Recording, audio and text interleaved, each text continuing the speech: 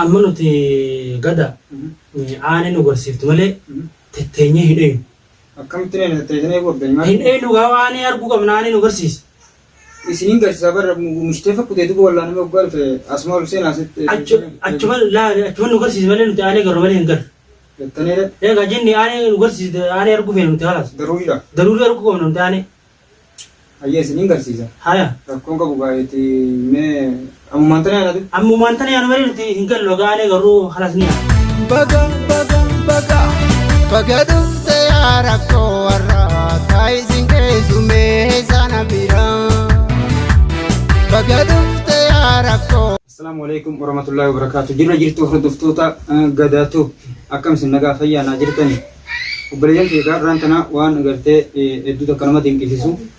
Qabadheetiin isinii dhufee anillee egaa akkanumattiin taa'ee agartee kaamerallee kaadhee irraan tana aaniin jaalalaatti illee na biran jiru irraan tana. Eessa kutee jechuun keessanillee waan hin oolle. Inni irraan tana mucaan egaa ni deeme fuudhanii na biraa kutaniini. Karri kutaniinillee mucaa xiqqishoo eega bakka waa geessinee deebifnellee kabira bira geessinee dhufne. Eega dhufne immoo mucaan hirriiba malee lafumaa hin qabu. Achiin akkasitti karaa mushteefaatillee kutee jira. Wanni kuchiisaniif karaa mushteefaa miila tokko oggoo halkee ajjachuu hin danda'u. Isaan lilmee dirraa jeniiti. Akkasitti karaa mushteefaa kuchiisanii obboleeyyan kee egaa waan akkasiiti meegaa akkasitti nu faana turan isin jaa. Maaltu laadha nama ulaa dhadhau jedhamee armaa kaameraa kaatee haasaf jiru eenyu seenaa. Salaamu alaikum. Waalaikum salaam warahmatullahi. Akkam nagaa. Nagaanu. Ati saayibaanee sanii? Anigaa. Saayibaaneeti maal eessaa dhuftan isin hin bayne beektan? Nuti aaneen ijoollee gandaati. Akkasii bakka Itoophiyaa nuti dabalu jedhanii beekte. Saniif gandi akkasitti fardeeffatee hajaa fardii dawwalaa jedhanii. Saniif baraanee san barbaadu dhufne gamaan ati saayibasaa taniimi? Ani bar saayibasaati kan bar gurbaa saayibasaati. Amma isa barbaadu dhuftan nuti isa barbaadu dhufne Itoophiyaa nutti bilbilaa jiran. Nuti inni ijoollee gandaati. Ollatti biyyatti ijoollee gandee tokkotu nuuf inni. Saniif isa barbaadu dhufne isa wararuu isan wal nu garsiisi. Arkuu kana wanni barbaadaniif isin ammaan tana isa kana gartee wallaannachuuf gartee ilaaltanii wallaanuuf immoo isin akkam dhiiroo isin hin beekne gadiina isaa. Nuti isa waan ijoollee gandaa taaneefi gandii nu gaafachaa jiran dawwalee nu gaafataa jiranii saniifi isa arguu barbaanna nuti isallee hin wal'aanna. Mee irraanfadha jiddumaan beekadhu ni irrifadha nammaan tana. Gaafii na jiilchani. Uummanni beekadhu uleenuu gartee. Tana duraas beekadhu sabuma isa kanaatiin akka malatti gartee waan ta'e jidduun ni irraanfadha ilaalama. Taa'u isin jechuun ni hin tagadhamee tattaa dhiifama hojii. Taa'u dura isin garsiisira isa garree tatteenyu malee akkuma tatteenyaa isa laalee dhufne. Duuba isiniin garsiisa bara dhiifama hojii ilaalama. Namni beekadhu dhaabbina waan takka nama gaafatani. Mee kanaas ta'a isillee kottaa ta'a bakka hanu garsiisa kottaa ta'a. Kottaa. Kattaa jettaniire. Ta'a. Isin amma dubbatti ijoollee gantaa isaaniiti. Ijoollee gantaa nuti aaneen ijoollee gantaa. Nuti aaneen ijoollee gantaa. Kottu asii gadda miti. Akkasitti ati gadaa yuutuubii beektu? Aniga. Gadaadhaan maqaan kee. Akkasii bakka waan gandaa nutti bilbiluu jiranii fi bakka ati waliillee saabesaati si gaafachuudhaaf dhufne beeku. Kanaafuu nuti daruurii isa arguu barbaanna. Aanee arguu barbaanna nu garsiise aanee. Isma arguu dhuftan maal? Eegaa nuti arguu dhufe. Garuu waan biraatti dhuftani ani beekadhu nama kanaa beekadhu nama shakkuudha nama kana beektanii shakka. Na jilchallaa manni uleedhaani. Hayyee. Daaraan godhu jiru nagartee sabuma isa kanaa dhufaniiti. Nama meeqaan tama beekadhu dhukkeen irraa kaasee abooyi. Annanii shakkiin qaba gaasinee kana. Eessa beektan aanee kana mee dura isin maan gaafadhaa? Nuti aanee ijoollee biyya takkaati. Biyyatti ganda. Anaaf aaneen faan wajjin guddanneewu nama saayibaattu. Hayyee. Saniifuu waan kana hundaa'u argutti jira laallee argutti jira akkasitti biyyaa isin gaafattu jiranii. Maali gaawwan arguu jirtu jiru? Sooshaal miidiyaa gisee yaalle gurbaan kun kunoo maraatee jiranii akkatti kunoo laalee arguu jirraami. Miidiyaa irratti. Miidiyaa irratti. Bas bakka saniifi atilleen saabesaati wajjin sigarree jirra. Nuufisfaa waliin beeyne malee nuufi aanan beeke wal beeyna. Biyyatti ganda. Biyyatti ijoollee gandaati. Hayyee gaafee baga dhuftanii galatoomaadha obboleeyyan ijoollee gandaa aana jaalala. Galatoomaa dhugaadha namni gartee maraataa ifiitillee abbuma jedhata. Dhuga baga dhuftan isinii ni tolchitan dhufu ni balleessanillee isin hin jiru. Ammaan tana dhiifama wajjin inni egaa isin barsiisettani yemmummaan ta'e isin dura gabbela. Isin ol seenuu fi gartee daqiiqaa muraasa dura isin dura gabbaasanas. Isa qoteeyye. Inni moo? Isa qote.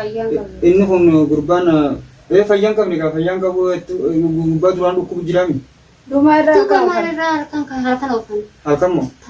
Wanni isa dhukkubse mucaan hoggaaniif gartee dheengaddallee singaa dubbii tana yoo sirri quba qabaatanillee beeku sooshaal miidiyaa kanarratti waan akka beekadhu wayitti jijjiiramtaa waan akka namni maraacheetila. Isa gurbaan akkasii beekadhu keessaa utaalee jirallee bakka dhuftan isinillee galatoomaadha.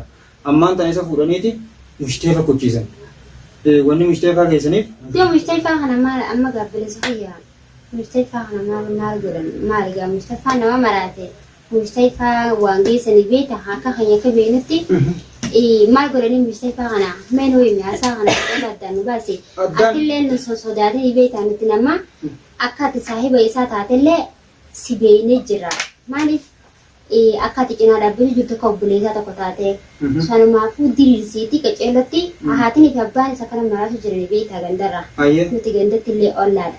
Haadhaa fi abbaan wal beeknu. Tamaa sanumaafuu addaan baase takka waan qortii qabdu akkasiin nu himne. Nuti immoo laakiin isa kanallee ijaan agarru malee akka ta'an waan hin qabnu jenneeti. Dhuftanii jechuudha. Dhufnee jechuudha beektaa. Tolchitanii bari isin obboleeyyan kiyya bakka dhuftaniiti. Gurbaan beekadhummaa waan akka gartee duraan qabban keessa asiin galaa badeeti maraate. Mucaan beekadhaa jabala beekaara kophaa isaa ta'a beekadhaa. Hayyee. Yoo agartanillee hin beekani asii huccuu darbeet huccuu jiree jechuudha. Gaara keessa isaa gal. Barbaada guyyaa shammuu kanaan barbaade akkasii gaara keessaa dhaqee fuudhe. Gaara san keessa waan akka qabbanti dhootee jimma. Miilli tokko ggaa ol ka'e osoo maraatummaan tun irraan fayyin tabiraa gubbaanitti bituu hin ta'a. Xiqqishoo lafa dhaa'u hin hojjetu miilli. Akkasii beekadhaa godhan kiyya. Gurbaa du'aa godhaafi. Ammaan tana sanii jecha saba sanii fuudhanii karaa mushteefaa kutanii mushteefaa saniif geessu kutanii jechuudha. Hanga inni dhufuggaa ni eeggattanii beekadhaa gaa akkamigaa nama ganta keessanii taate eeggattanii gaa halkanillee ammaan tanachi deeme irratti anillee niin gaafadhamee yookaan dhufuu dhiyaatan isaanii eeggadhaan isin jamee akkam jettan gaa. Duuba gadaa keenya isa kana namaan maraachee miisa. Isa gaa isa namaan maraache. Duuba mushteefaan kun madallee qabaatu yoo miilallee qabbanti dhoyte dura tamaraatu sun irraa fayyitee qulqullooyteeti miila isa waan qabee dhibeetanii qabbana taatee namnummaan miilatti waa godhe dhibeetanii dura adda isinii baatee isin. Yaa bogaa beektee sanallee dhugaadha adda waan hin baane gaa namni kun beektee yaada gaa walirra beekaa beektee ilmi namaa kun nuti gaa yaadatti hanguma gaa akka nuti yaadnetti nuti kana gartee ati eengadde qabbana keessa taa'e janneetuma. Beeki fuunee akkasitti karaa mushteefaatiin yaa fi horii hamee mucaan dhiiroo maal ta'enne rifaatuun jechuudha. Namni guutuun fuudhee ka'ee kutee nama shammoo akkanaa kutee ammana na dhiisa nama taa'e jedhanii anuma bar kaameraa gartee kaatee kanaan gartee daawwattoota keenya gartee beeksisa jedheetiin akkumaan ani dadhabbee gartee nama hulaa dhadhoo beekadhu dhageenya. Dhiiroo waan biraan dhufee jeetiin beekadhu shakkaatiin isin jala hulaa banee beekte akkasii gabbaleeyyan keenya karaa mushteefaatiin jiranii nuti akkasii yaannaddan hin baane jechuudha. Mucaa kana gartee qabbanuma sani jenneeti haqama keessanii haaqama kuchiisanii garuu ati akka ta'etti kanatti illee duuba siiriin miila nama lama shaashitiin akkan dhaabbanne booti. Siirii waan feetettu yoo harkattuu si godhan suma lamshiistii bari. Bakkuma abbaan godhatti namaa taate malee siiriin wayi bakka hundatti qabatti hiree akkanumatti bakkuma abbaan tanatti naa godhii jee sheeka bira dhageetti godhattaati. Danuu ati ni beeytaa moo sin asirri beeyta? Natti beeku osoo hin gaatu waa haraame waan beekan qabdii fi summaan dhageera kan jechuudha. Isumarrattiin hogguu aadaa abbaa isaa maraatanii yaasee tanaa gadawwalee gaafnee duuba akkamitti itti godhuu isaa kan akkamitti beekne jennee bar inni isaa dhukkubaan hin jaan nuti gaasa bira dhaynee garre jawwaalumarratti akkasii yuutuub keessatti agarre mucaa maraatee oliin ka'uu jedhanii if jalatti fincaanee jedhanii bas ka isaa gaara keessa taa'us numa agarre. Ijumaan garraa isin wanti dhugaatii dhuftan. Nuti dhuguma jennee dhufnee dhugaa. Isin waanuma dhugaatii malee dhugaatii. Si jala deemus numa agarra. Akkasitti karaa sagadaa tokko uummanni isaa isinii gaggaafachaa har'as bira dhufu.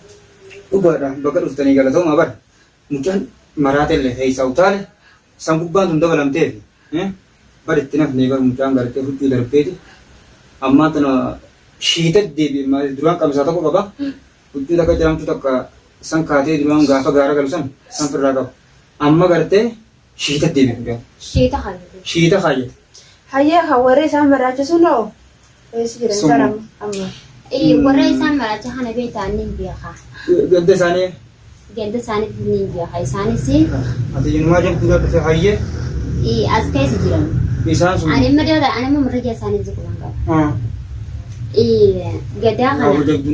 Gadaa kana micaa gadaa san akkasitti fannifnee jala qamaanaa jiranii beektaa. Hay gadaan kun kan micaa keenya san bira dhaabbatu moo akka bileessaa ta'ee wajjin dhaabbatu san immoo akkamii itti yaadu jira ilaa ammaa. Sanamaafuu dhiiruu maal godhu araba Oromoo miti arabatti binneeti akka inni micaa kunii fi inni waliin achi buutee ta'an goona akkana jedhanii beektaa. Cafeessuu itti bitanii. Itti binneeti cafeessiifnee jeefnaa hojjan. Yaa booti garuu keessatti xeeruma dhufte fakkaata. Akkasittiin nama takkaaf inni hangumaan dhaqeetumaan gadaas micaa sanis ijaallaallee akkasitti ani immoo jara kanaaf hin himne dhugaa rabbiin gaafattaanii jara kanaafis hin himne hojii mana dhaqeetumaan akkasitti waan kana dubbadhaa hojii dubbadha jeetiin dubbata hani dubbata garaa kiyya qabadhee isin himee jara kayin.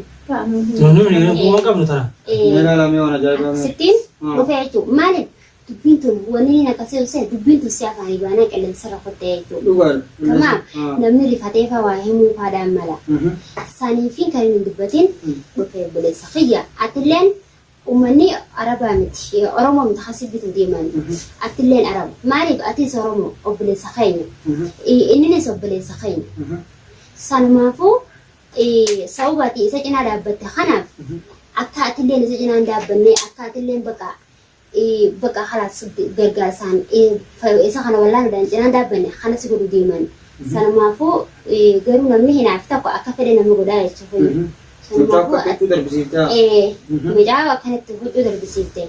Atilleen akka akkas hin goone atilleen asumaanuu ifeegii jechuudha jedhan dhaamsa hanga kanaas qaba. Obboleettiin jawwanumaa to'an ajaa'ibaatti innaa dhufte ilmaa keenyaa hin ta'u galatoomi. Ati isaan san garuu wayin isaan bitanii sumaa gammaan talagaa shakkii keessiseen beekadhu. Laa ani waan hin binne beektaa silaana bitanii. Ani silaana bitanii beektaa waa dhufeetu midhaa kana sin gaafata. Ana bitanii waa dhufee sin gaafata. Galatoomi waan bareeddu naa himte. Eega akkana taateef dhugaa anillee firraa eegaa beekte. Naafi aan immoo isaan amma silaattee nu baasuu barbaada yookaan immoo na beekadhu biraa hidhaan nu galchuu yookaan immoo na jeesuu barbaadu jedhanii mire aan abbaa tokkos hin sodaadhu waan kanarratti ilma namaatiin hin sodaadhu naafi aanes gartee isinillee ijoollee kan taati aan guyyaa keessa ol barre obboleessi rabbiiti malee aan aanee gartee duraanis ol hin beekne biyya tanatti immoo obboleessi rabbii taanii wajjin nyaanne gaa beekadhu obboleessi hojii lalatti irra kabartee guyyaa keessa rabbiitti ol bare kanaatti irra waan hidhaawi akkasi guyyaa keessa naafi ol bare arraa borullee naafi aanee isaan waan fedhan janiis adda na baasuun danda'anaaf yaani arraa burullee wajjumaan gargaareetumaan akkuma duraan gargaaru wajjin jiraadhaati garuu immoo dhaamsa bareeda naa dhaamte obboleettii teenya galatoometi galata guddaa takkaan na biraa qabda wallahi galanni keen badinii siin jaati beekadhu mucaan keessan kun waan baay'ee takka hojjetaan gaafa gartee jaartiin mee maal jettan gaa beekadha obboleeyyan kiyya mucallee inni dhufaa beekadha beekasiggaa hangani dhufuun eeggattanii Dua mega gurbaa kana beekaa gurbaan kun waa hedduu hojii dabarsee beekaa mucaa kana yoo qilleensa kana wayii quba qabaattan bar hayyeeme maal jettanii maal na gaafachuu barbaadde obboleetti yeroo nuti birratti garuu mucaan kun akka fuudhee sinuma agarra jaartiis ni qaba ilmaanis nama qabdiisee hogguutti garra achirraa deebi'ee intala akka habojee fidee jan qilleensa marata kun jirtan akka qilleensa marata kan malee nama irra hin dhageenye nuti marata garri malee intala habojee fideeti achi booda wal jaalatanii hogguu dhufti jaartii isaa akkasii sokkisee baasanii isiin ijoollee biratti haftee achi booda ammaas dubbii qayyarantee obboleessi isiitii fi jaartii isaa duraa sun dhufanii ilmaan guuranii akkasitti isa sanitti deebanii waa godhanii mucaa tokko wajjin nama lamatanii gurbaanis ijoollee gandaa jiran ijoollee ganda mijoofa. Hawaatti godhega. Barra wajjin itti godhaniiti barsan miyyoodhaan walumattuu firaa tokko obboleessa beete isin ni beekti ilaala. Isin amma ijjitii isaanii duraanis rabbuma gartee jarraa qabe malee isin sirriitti quba qabdi. Dhugaadha ishee ganda tokko asitti immoo bakka jiru kanatti wajjin jiru isiin isaanitti aanti. Amma bakka biraatti dhufne. Amma isaan dogolanii na dafanii bar nuqaasi aanee dha hojii laalaayi naan jedhanii beektaa akkasii hojii dhufne. Hayyee waan gaarii hayyee duuba baga dhuftanii beekadhaa sun numa jirti waan jiraati. Mucaan amma intala haboodhaa fuudhee biyyaa fiduun akkana jee maqaa kanaan fide biyyo. Eega fide immoo jaartii duraa sun hinaafuu eegalteeratti. Duuba mucaan biyya inni sammaan tan intala tana beekadhu wanni fideefi iccitiin hin baane malee isiin dhufan qabdu inni fuudhumaaf biraa fide intala mallee irraa inni dhiisuun deemu san fuudhumaaf kan ta'e. Dhiisuun deemu immoo intaltilleen amma isa bira kutte isa wajjin kutte amma karaa Musteefaa wajjin akaman keessatti ana qofa mana dhiisanii kaanii kutanii beekadha amma isaan. Waan akkasiiti haati ilmaan immoo obboleessa bira jirti isin siirii tanummaan itti goote jaartii isaa Esiiree gobaan qaba. jaartii asilaa quba qabda jaartii isaa ta duraa san siirii itti gootee Esii fi obboleessa. Esii fi obboleessa qilleensa warra gartee katte Ani qilleensa irrattis ni nagareeji namni sinaaf hime jalaa. atummaan turummaan tanaan sumaa shakkuma feesaan ona iteeti wayichi tumaa duuba nu baasu dhuftee dhiyoo yaadaan ni dhokkameti mo'aanuma kanaa Wallaahi hin qabu. Wallaahi hin qabu. Ani beekumaa na fide malee beekuweessaa na fide malee hin qabu. hayyee akkas taateefu mucaa beekadha akkas siirii itti godhanii ilaalisin amma warri waan irra gartan kun arguuf teessan isin booda arguuf teessan amma dhufanii nu dhufa kee mucaa maraachanii keessa utaalchiftee siirii itti goote. Gantaa waan leejjee amni waan irratti argee hoolaa maarreetidha. Akkana janiiti mucaa beekadha hoolaa gurraacha lukkuu mataa maarree janiiti waamee akkasitti habiirtichitti miniin dhageemaa san. Kan guyyaatti godhan sanillee nadi sitti yookaan waliin si dhooyina naan janiiti aboo wajjin an dhayinaa gartee nama mucaa sumamees katumnees ni wallaana waan inni yookaan wallaanamees gartee waan inni Musteefa baasee siniin kafalaan jeeni guyyaa san beekadha akkasi mucaa itti godhalla dhiisallee jeeni isi abadan indi fi janiiti akkasi mucaatti godhanii beekadhaa siidha. Mucaan akkasi gaamaraatee keessaa utaalee obboleeyyan keessanillee waan bareedaa dhuftanii fi tolchitan isa laaluuf waan gaariidha. Gandaas akkanuma jettanii itti himtanii dhageessuun keessanillee dirqama beekadhaa. Ani bakka kanarratti immaan tana yaada tokko na keessa dhufe beektaa ati obboleessa kiyya dhugaadhee saahiba akka obboleessaa cinaa dhaabbisu jirta si agaruu jirraa jechuun jirra. Ammaan tana maalirraa na shakkite namni tokko yoo waafitti hin beekin yoo ani fi waan takka waan xiqqoo takka firraa quban qabaatiin akkamittiif shakka. Bakka kanatti ati si shakkeeta ani immoo laakii yoo shakkii qabaadde hayeetu deemeetu asiin dhufu. Tamaam.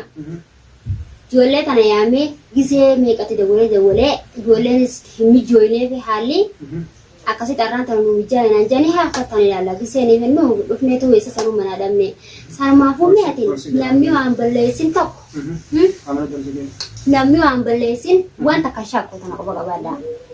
Ati yoo fi badiin sirra hin jiraatin maalirraa dila kana shakkitee atuu marra jaamaa dhufte maali jette bireessa. Anamma kana dura na jeebichallaa na jeebichanii basaatu na dhuftee gaaf meeqa asumatti uummanni caccabsanii irra naafaan beekanii dhaatu godhanii meeqaan irra deeman asitti jiiruma saniitiif hin jee malee dhiiroo isiin tunoo maaliif dhuftee jee malee beekadhaa gaa namni kun namni aaree waan fedhe balleessaa mire yoo isiin olii na basaasu dhufte moo jeeti malee waan biraatiif illee mi rabbumaa jirata saniiti akkasii mucumammaan kana gaa mucuma eeggadhaa mucaa rabbi nagaa naa fidu du'aayii godhaaf mucaa rabbi haa fayyisu waan akkanaatiin isin jagaa isin dhageessise mucaa wanni siirii irraatti godhanis sabuma intala sanii inni hin fuudha jeerratti jaartiin isaa ta'a duraa sanii naaftee siirii itti gootedha.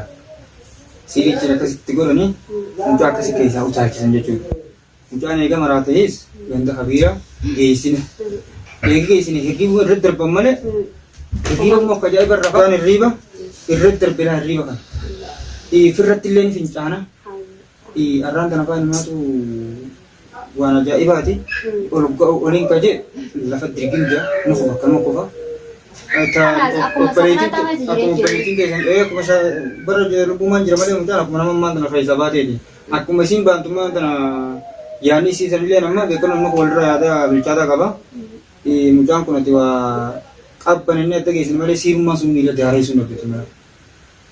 Waan sanii shakkan hoggaa olkee lafadha.